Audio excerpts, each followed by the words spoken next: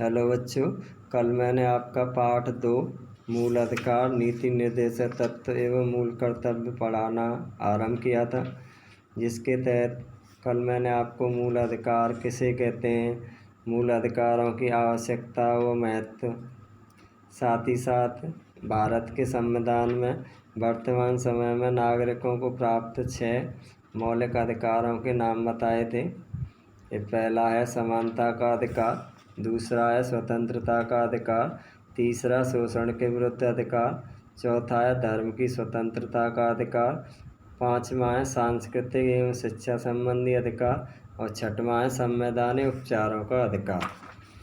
तो आज हम समानता के अधिकार के बारे में विस्तृत ढंग से पढ़ेंगे और समझेंगे। तो समानता का अधिकार का उल्लेख संविधान के अनुच्छेद 14 से 18 में किया गया है। भारतीय संविधान में प्रत्येक नागरिक को कानून के समक्ष समानता, राज्य में रोजगार के अवसरों की समानता एवं सामाजिक समानता प्रदान की गई है। तो भारतीय संविधान में प्रत्येक नागरिक को 3 प्रकार की समानता प्रदान की गई है। नंबर 1 कानून के समक्ष समानता, दूसरी राज्य में रोजगार के अवसरों की समानता एवं तीसरी है सामाजिक समानता। तो इस हेतु संविधान में कई प्रावधान किए गए हैं, उनके बारे में अब हम यहाँ से आगे समझेंगे। तो नंबर 1 कानून के समक्ष समानता। अनुच्छेद 14 के तहत राज्य क्षेत्र में राज्य किसी भी व्यक्ति को कानून के समक्ष समानता या कानून के समान संरक्षण से वंचित नहीं करेगा। तो यहाँ आपके 1 नंबर का ये अच्छा प्रश्न आपके पूछा जा सकता है कि कानून के समक्ष समानता का उल्लेख संविधान के कौन से अनुच्छेद में किया गया। तो अनुच्छेद 14 में। तो यहाँ कानून के समक्ष समानता का तात्पर्य क्या होता है कि कानून के समक्ष समानता का तात्पर्य होता है कि कानून की दृष्टि में सभी बराबर हैं, चाहे वो किसी भी धर्म का है, किसी भी जाति का है, चाहे अच्छे पैसे वाला है या कम पैसे वाला है, पढ़ा लिखा है या अनपढ़ है। तो कानून की दृष्टि में सभी बराबर हैं। या यूँ कहें कि जैसे मान लीजिए किसी उच्च पद वाले व्यक्ति ने कोई अपराध किया है और वही अपराध एक निम्न वर्ग या गरीब वर्ग के व्यक्ति के द्वारा किया गया है, तो जो सज़ा उच्च पद वाले व्यक्ति को मिलेगी वही सज़ा उस अपराध के लिए गरीब को मिलेगी। तो अनुच्छेद 14 के तहत राज्य क्षेत्र में राज्य किसी भी व्यक्ति को कानून के समक्ष समानता या कानून के समान संरक्षण से वंचित नहीं करेगा। विधि के समक्ष सभी समान हैं, यानी कानून को विधि के नाम से भी जाना जाता है। तो विधि के समक्ष सभी समान है और बिना किसी विभेद के विधि के समान संरक्षण के हकदार हैं। तो अनुच्छेद 14 में कानून के समक्ष समानता का उल्लेख किया गया है कि कानून की दृष्टि में सभी समान हैं और कानून सबको समान संरक्षण प्रदान करेगा, उनके साथ किसी भी प्रकार का कोई भेदभाव नहीं करेगा। आगे धर्म, मूल वंश, जाति, लिंग या जन्म स्थान के आधार पर विभेद का प्रतिषेध। अनुच्छेद 15 राज्यों को यह आदेश देता है कि किसी नागरिक के साथ केवल उसके धर्म, मूल वंश, जाति, लिंग या जन्म स्थान के आधार पर विभेद न किया जावे। सभी नागरिकों को दुकानों, सार्वजनिक स्थलों जैसे भोजनालयों, होटलों, मनोरंजन स्थलों, कुओं, तालाबों, स्नानघरों, सड़कों के प्रयोग का अधिकार प्रदान किया गया है। इसी अनुच्छेद में स्त्रियों व बच्चों तथा सामाजिक व शैक्षणिक दृष्टि से पिछड़े हुए नागरिकों को, अनुसूचित जाति व अनुसूचित जनजाति के नागरिकों के लिए विशेष प्रावधान का अधिकार दिया गया है। तो अनुच्छेद 15 में उल्लेख किया गया है कि धर्म के आधार पर, मूल वंश, जाति, लिंग या जन्म स्थान के आधार पर किसी भी व्यक्ति के साथ कोई भेदभाव नहीं किया जाएगा। सबके साथ समानता का व्यवहार किया जाएगा। जैसे जो सार्वजनिक स्थल होते हैं, जैसे भोजनालय है, होटल हैं, मनोरंजन स्थल हैं, कुएँ हैं, तालाब, स्नान घर, सड़क हैं, उन सब में सबके साथ बराबर का व्यवहार किया जाएगा। किसी के साथ कोई भेदभाव नहीं किया जाएगा। साथ ही साथ जो अनुसूचित जाति वर्ग के लोग होते हैं, उनके लिए विशेष आरक्षण वगैरह का प्रावधान किया गया है, ताकि वो अच्छी शिक्षा प्राप्त कर सकें और रोजगार के अवसर प्राप्त कर सकें। लोक नियोजन के विषय में अवसरों की समानता, तो इसका उल्लेख अनुच्छेद 16 में है। इस अनुच्छेद के तहत देश के सभी नागरिकों को राज्य के अधीन नौकरी में समान अवसर प्रदान करने की गारंटी दी गई है। कहने का तात्पर्य होता है कि जैसे आज मान लीजिए हमारी राजस्थान सरकार ने किसी विभाग में आपके नौकरी के लिए विज्ञप्ति जारी की है, तो उसमें सभी धर्म के लोगों को उसमें भाग लेने का अधिकार है। तो इसका उल्लेख अनुच्छेद किस में किया गया है? 16 में। इस बारे में व्यक्ति के धर्म, जाति, लिंग या जन्म स्थान के आधार पर विभेद नहीं किया जाएगा, किंतु राज्य को यह अधिकार है कि वह राजकीय सेवाओं के लिए आवश्यक योग्यताएं निर्धारित कर राज्य के मूल निवासी हेतु आरक्षण, पिछड़ा वर्ग, अनुसूचित जाति व अनुसूचित जनजाति के लिए आरक्षण का प्रावधान कर दे। कहने का तात्पर्य होता है किसी भी विभाग में जब नौकरी के लिए जगह निकलती है तो उसमें आवेदन करने का अधिकार सभी को होता है, लेकिन अनुसूचित जाति, अनुसूचित जनजाति या अन्य पिछड़ा वर्ग के लोगों के लिए अलग से आरक्षण की व्यवस्था की जाती है, ताकि उन्हें नौकरी पाने का अवसर प्राप्त हो सके। अगला है अस्पृश्यता का अंत। इसका उल्लेख अनुच्छेद 17 में। ये आपके बहुत ही अच्छा प्रश्न है, तो इसको आपको ध्यान रखना है। 1 नंबर में हमसे पूछा जा सकता है कि अस्पृश्यता के अंत का उल्लेख कौन से अनुच्छेद में किया गया? तो अनुच्छेद 17। अस्पृश्यता का मतलब होता है कि धर्म या जाति के आधार पर लोगों के साथ में भेदभाव करना, यानी उनके साथ में एक तरह से दूरी बनाने का जो प्रयास होता है, या उनको निम्न समझना, उनके साथ संपर्क या उनसे स्पर्श न करना। तो सामाजिक समानता बढ़ाने हेतु संविधान में अस्पृश्यता का पूर्ण निषेध किया गया है। इसमें कहा गया है कि यदि ऐसा आचरण किया जाएगा तो दंडनीय अपराध माना जाएगा। कहने का तात्पर्य है कि अगर कोई व्यक्ति किसी व्यक्ति के साथ जातिगत आधार पर कोई भेदभाव करता है या उसका अपमान करता है तो उसे दंडित किया जाएगा। इस अनुच्छेद का उद्देश्य व्यक्ति को उसकी जाति के कारण ही अस्पृश्य माने जाने के अमानवीय आचरण को समाप्त करना है।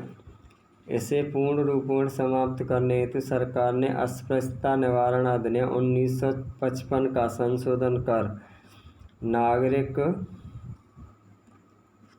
अधिकार संरक्षण अधिनियम 1955 कर दिया। तो आपके अस्पृश्यता निवारण के लिए एक कानून बना था 1955 में। उसमें 1955 में ही संशोधन करके नहीं, उसका दूसरा नाम रख दिया था नागरिक अधिकार संरक्षण अधिनियम। अनुसूचित जाति, अनुसूचित जनजाति निरोधक अधिनियम 1989 पारित किया है। यह कानून अस्पृश्यता के अब तक बने कानूनों में सबसे अधिक कठोर है।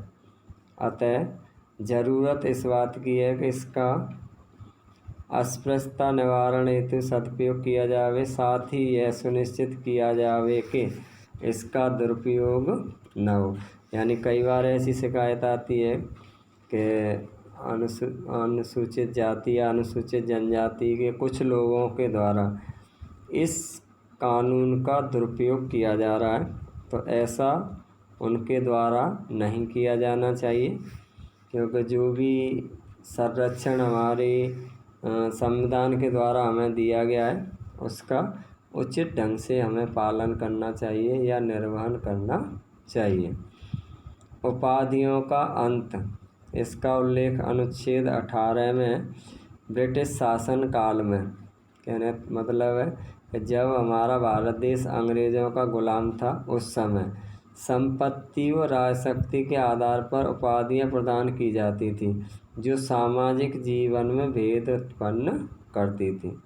कहने का तात्पर्य है कि जब हम अंग्रेज़ों गुलाम थे तो उस समय के व्यक्ति के पास में कितना पैसा, ज़मीन जायदाद या धन दौलत है, या राजशक्ति का मतलब है कि उसकी राज्य क्षेत्र में कितनी शक्ति है, उसके आधार पर उन्हें उपाधियां प्रदान की जाती थी जो सामाजिक जीवन में भेद उत्पन्न करती थी। संविधान में सेना तथा विद्या संबंधी उपाधियों के अतिरिक्त, कहने मतलब वर्तमान में हमें दो ही प्रकार की उपाधियां मिलती हैं, एक सेना संबंधी और दूसरी विद्या का मतलब ज्ञान संबंधी उपाधियों के अतिरिक्त राज्य द्वारा किसी भी तरह की उपाधि दिया जाना अनुचित माना गया है। इसके अलावा भारत का नागरिक राष्ट्रपति की आज्ञा के बिना विदेशी राज्य की कोई भी उपाधि स्वीकार नहीं करेगा। कहने का तात्पर्य है कि अगर हमारे भारत देश के किसी व्यक्ति को दूसरे किसी देश के द्वारा कोई उपाधि दी जा रही है तो वह उपाधि तभी ग्रहण करेगा जब हमारे देश का राष्ट्रपति उसकी सहमति या स्वीकृति दे देगा।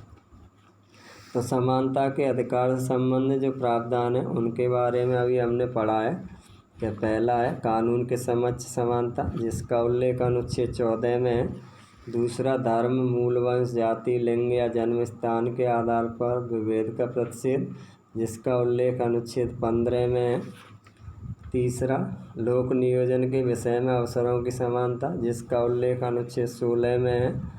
अस्पृश्यता का अंत, इसका उल्लेख अनुच्छेद 17 में किया गया है, और उपाधियों का अंत का उल्लेख अनुच्छेद 18 में किया गया। तो ये आपके पहला मौलिक अधिकार हमने अभी पढ़ा, समानता का अधिकार। अब हम यहाँ से आगे स्वतंत्रता के अधिकार के बारे में पढ़ेंगे। तो स्वतंत्रता के अधिकार का उल्लेख अनुच्छेद 19 से 22 में किया गया है। तो सबसे पहले हम अनुच्छेद 19 के बारे में पढ़ेंगे। ये मैंने आपको कल भी पढ़ाया था कि मूल अधिकारों से संबंधित जो कुल अनुच्छेद हैं वो 23 हैं, और मूल अधिकारों का उल्लेख अनुच्छेद 12 से 35 में किया गया है। लेकिन इन सब में जो सबसे बड़ा जो अनुच्छेद है मूल अधिकारों से संबंधित वो है अनुच्छेद 19। तो सबसे पहले हम अनुच्छेद 19 के बारे में यहाँ पर आगे पढ़ रहे हैं कि भारतीय संविधान में व्यक्ति को 6 बुनियादी स्वतंत्रताएं प्रदान की गई हैं। तो भारतीय संविधान में व्यक्ति को 6 बुनियादी स्वतंत्रताएं प्रदान की गई हैं। नंबर 1 भाषण व अभिव्यक्ति की स्वतंत्रता। दूसरा शस्त्र रहित शांतिपूर्वक सम्मेलन की स्वतंत्रता। तीसरी भारत राज्य में अबाध भ्रमण व निवास की स्वतंत्रता एवं आजीविका की स्वतंत्रता। इसके बाद का व्यापार व कारोबार की स्वतंत्रता प्रदान की गई हैं। तो संविधान के अनुच्छेद 19 में भारतीय नागरिकों को 6 बुनियादी स्वतंत्रताएं प्रदान की गई हैं, जिनके बारे में हम यहाँ से आगे और डिटेल में पढ़ेंगे। तो सबसे पहले हम विचार एवं अभिव्यक्ति की स्वतंत्रता के बारे में यहाँ पर पढ़ रहे हैं कि विचार और अभिव्यक्ति की स्वतंत्रता का उल्लेख अनुच्छेद 19(1), यानी आपके ध्यान रखना ये जो अनुच्छेद 19 है इसमें ही जो 6 बुनियादी स्वतंत्रता दी गई हैं उनके अलग अलग खंड हैं। तो विचार और अभिव्यक्ति की स्वतंत्रता का उल्लेख अनुच्छेद 19 कोष्टक में 1 और फिर कोष्टक में का में इसका उल्लेख किया गया है। तो भारत के सभी नागरिकों को विचार अभिव्यक्त करने, भाषण देने तथा अन्य व्यक्तियों के विचारों का प्रचार प्रसार करने की स्वतंत्रता है। इसमें प्रेस की स्वतंत्रता भी सम्मिलित। प्रेस का मतलब होता है जो अखबार होते हैं। किंतु इस अधिकार का दुरुपयोग रोकने के लिए प्रतिबंध भी लगाए गए हैं। इस स्वतंत्रता पर भारत की प्रभुता व अखंडता के पक्ष में राज्य की सुरक्षा, विदेशी राज्यों के साथ मैत्रीपूर्ण संबंधों के हित में, लोक व्यवस्था, शिष्टाचार या सदाचार के हित में, न्यायालय अवमानना, मानहानि, अपराध के लिए उत्तेजित करना आदि के संबंध में उचित निर्बंध लगाए जा सकते हैं। तो यहाँ कहने का तात्पर्य होता है कि हमें अपनी स्वेच्छा से अपने विचार अभिव्यक्त करने की आज़ादी है, भाषण देने की आज़ादी है, अपने विचार दूसरे लोगों तक पहुँचाना या प्रचार प्रसार करना उसकी भी हमें आज़ादी है। अखबार यानी जो समाचार पत्रिकाएँ छपते हैं उन्हें भी छापने की हमें आज़ादी है, लेकिन ये जो आज़ादी है इसका दुरुपयोग न हो, यानी ऐसा न हो जिससे हमारे देश की एकता अखंडता को खतरा पहुंचता है। तो ऐसी स्थिति में विचार एवं अभिव्यक्ति की स्वतंत्रता पर रोक लगाई जा सकती है। आगे, अस्त्र शस्त्र रहित शांतिपूर्ण सम्मेलन की स्वतंत्रता। अस्त्र शस्त्र का मतलब होता है बिना हथियार वगैरह के हमें शांतिपूर्वक ढंग से सम्मेलन करने की स्वतंत्रता या छूट दी जाती है, जिसका उल्लेख अनुच्छेद 19 कोष्टक में 1 फिर आगे कोष्टक में खा। तो अस्त्र शस्त्र रहित शांतिपूर्ण सम्मेलन की स्वतंत्रता का उल्लेख कौन से अनुच्छेद में? अनुच्छेद 19 कोष्टक में 1 फिर कोष्टक में खा। इसके तहत सभी नागरिकों को शांतिपूर्ण व बिना अस्त्र शस्त्र के सभा व सम्मेलन का अधिकार दिया गया है। इस अधिकार को भी राज्य हित या सार्वजनिक सुरक्षा हित में सीमित किया जा सकता है। कहने का तात्पर्य यही है कि हमें सभा का आयोजन करने की या शांतिपूर्ण ढंग से एक तरह से रैली वगैरह निकालने की हमें छूट होती है, लेकिन उसमें हम हथियार वगैरह का प्रयोग नहीं कर सकते। अगर इसकी वजह से देश की सुरक्षा या सार्वजनिक सुरक्षा को खतरा पहुंचता है तो उस पर भी रोक लगाई जा सकती है। संघ व समुदाय निर्माण की स्वतंत्रता। इसका उल्लेख अनुच्छेद 19 कोष्टक में 1 फिर कोष्टक में ग में किया गया है। संघ व समुदाय का तात्पर्य होता है कि हम अपनी मर्जी से अपने समाज का कोई भी संगठन या समुदाय बना सकते हैं, चाहे वो जातिगत आधार पर हो, धर्म के आधार पर हो, किसी भी आधार पर। तो इसकी हमें स्वतंत्रता मिली हुई है। इसके अनुसार नागरिक मिलकर अपना संघ या सहकारी सोसाइटी बना सकते हैं, किंतु राज्य हित में इसे भी प्रतिबंधित किया जा सकता है। यानी उससे लगता है कि राज्य हित में कोई भी नुकसान पहुंचता है तो उसको रोका जा सकता है। सर्वत्र आने जाने की स्वतंत्रता। कहना मतलब हम भारत देश में कहीं भी आ जा सकते हैं, घूम सकते हैं, जिसका उल्लेख अनुच्छेद 19 कोष्टक में 1 फिर घ। इसके अनुसार भारत के राज्य क्षेत्र में अबाध रूप से, अबाध का मतलब होता है बिना किसी व्यवधान के या रोक के हम कहीं भी भारत में आ जा सकते हैं। निवास की स्वतंत्रता। हम भारत के किसी भी राज्य में निवास कर सकते हैं, उस पर किसी प्रकार का कोई प्रतिबंध नहीं है। तो निवास की स्वतंत्रता अनुच्छेद 19 कोष्टक में 1 अड़ा। इस अनुच्छेद के अनुसार भारत राज्य क्षेत्र के किसी भाग में निवास करने की गारंटी देता है। अगला है वृत्ति या व्यापार की स्वतंत्रता। वृत्ति का मतलब होता है एक तरह से आजीविका, यानी हम कोई भी नौकरी कर सकते हैं, किसी भी प्रकार का कोई भी व्यापार कर सकते हैं, लेकिन ध्यान रखने की बात यही होती है कि व्यापार या वृत्ति कोई भी कार्य कानून की दृष्टि में अवैध नहीं होना चाहिए। तो वृत्ति या व्यापार की स्वतंत्रता अनुच्छेद 19 1 कोष्टक में 6 में की गई है। इस अनुच्छेद द्वारा सभी नागरिकों को वृत्ति, आजीविका, व्यापार तथा व्यवसाय करने की स्वतंत्रता प्रदान की गई है, किंतु जनहित में नशीली व खतरनाक चीज़ों के व्यापार करने तथा अन्य ऐसे कार्य करना जो राज्य हित में न हो को निषेध किया जा सकता है। इसके अलावा अनुच्छेद 20, 21, 22 द्वारा व्यक्तिगत मौलिक स्वतंत्रताओं की व्यवस्था भी की गई है। तो दोबारा से देखिए, यानी स्वतंत्रता के अधिकार का उल्लेख अनुच्छेद 19 से 22 में किया गया है, जिसके अंतर्गत हम सबसे पहले अनुच्छेद 19 के बारे में यहाँ पढ़ रहे हैं कि अनुच्छेद 19 के तहत भारतीय संविधान में प्रत्येक नागरिक को 6 बुनियादी स्वतंत्रताएं दी गई हैं। पहली, विचार व अभिव्यक्ति की स्वतंत्रता, जिसका उल्लेख अनुच्छेद 19 कोष्टक में 1 का में किया गया है। दूसरी, अस्त्र शस्त्र रहित शांतिपूर्ण सम्मेलन की स्वतंत्रता, जिसका उल्लेख अनुच्छेद 19 कोष्टक में 1 खा में किया गया है। तीसरी जो आपके स्वतंत्रता है, संघ व समुदाय निर्माण की स्वतंत्रता, जिसका उल्लेख अनुच्छेद 19 कोष्टक में 1 गा में किया गया है। चौथी है सर्वत्र आने जाने की स्वतंत्रता, जिसका उल्लेख अनुच्छेद 19 कोष्टक में 1 घ में किया गया है।